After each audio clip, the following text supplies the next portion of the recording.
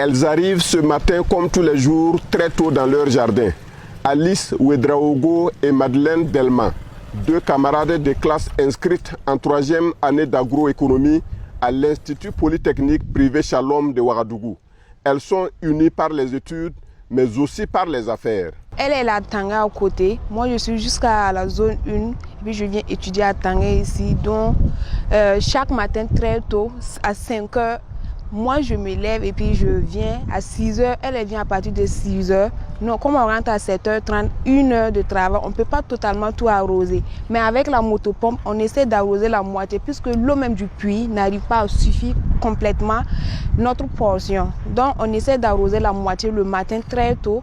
À midi, pendant l'heure de la pause, nous, on court encore, on vient ici, on arrose l'autre partie pour terminer. À ce moment, l'eau encore a remonté dans le puits. On essaie d'arroser l'autre partie parce que malgré les deux, matin, soir, l'eau ne suffit toujours pas pour arroser totalement nos planches. Donc, on arrose l'autre partie encore, on repart. Si on sort à 17h, on court encore, on vient carrément, on arrose maintenant l'autre partie pour terminer. Dans leur petit jardin à côté du barrage de Tanguin de Ouagadougou, Alice et Madeleine ont décidé de produire des feuilles d'amarante, des feuilles qui interviennent surtout dans la préparation du babenda, un mets local beaucoup prisé par les Ouagalais. Si on prend l'exemple du bon samaritain qui vend le babenda et les mets locaux, à 12h30, pratiquement si tu pars pour acheter le babenda, tu n'auras pas de babenda. Il y a une vieille aussi, non loin de notre institut, qui vend le babenda. Elle dépose sa table à 10h. 10h déjà, elle commence à vendre. Et d'ici 13h, tu ne retrouves plus le babenda, le plat du babenda est descendu. Dans leur institut, on les appelle les agro-commerçantes. Le premier business créé en effet par les deux étudiantes, c'est la vente de bonbons. Elles prennent ces cartons de bonbons avec un commerçant grossiste qu'elles revendent à leur tour avec des boutiquiers de la ville de Ouagadougou. Nous sommes des étudiantes, nous sommes des commerçantes, nous faisons la mériculture. Donc à nous seuls, c'est juste une question d'organisation et puis de planification. À l'école, on vous appelle les agro-commerçantes. Oui, ça nous fait rire souvent, mais c'est vrai en fait. À l'université, on n'a pas besoin de trop de temps comme ça pour bosser. Disons, il faut juste comprendre l'essentiel et puis aller faire des recherches. Personnellement, je ne suis pas la première de la classe, mais je fais partie quand même des 5 premiers. Et des 5 premiers, mais je viens tout le temps au bas-fond.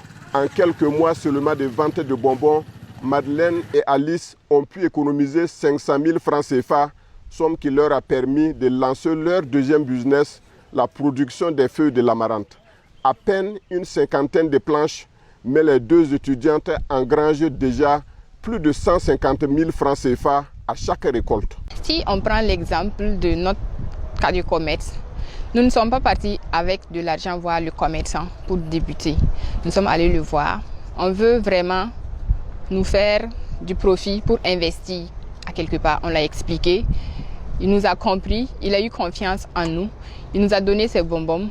Nous-mêmes, on a commencé à vendre. La première récolte de feuilles d'amarante intervient entre 35 et 45 jours après les semis. Après quoi, on peut récolter chaque 2 semaines et la plante de l'amarante peut tenir jusqu'à 2 ans. C'est donc un business assez rentable au Burkina Faso. En décidant de se battre ainsi, les deux jeunes filles refusent de céder à la voie de la facilité. Certes, on pouvait faire un choix de charmer les gars et puis avoir des 200 000, des 300 000. Mais on se dit que c'est de l'argent. Et cet argent-là, en fait, je ne peux pas dire qu'on n'a pas souffert, parce que ça peut être une souffrance pour quelqu'un d'autre. Donc, il y a d'autres qui vont me dire que non, cet argent-là, on peut le prendre pour investir, certes, mais tu ne vas pas te donner à fond comme si c'est toi-même ton propre argent que tu as utilisé pour travailler.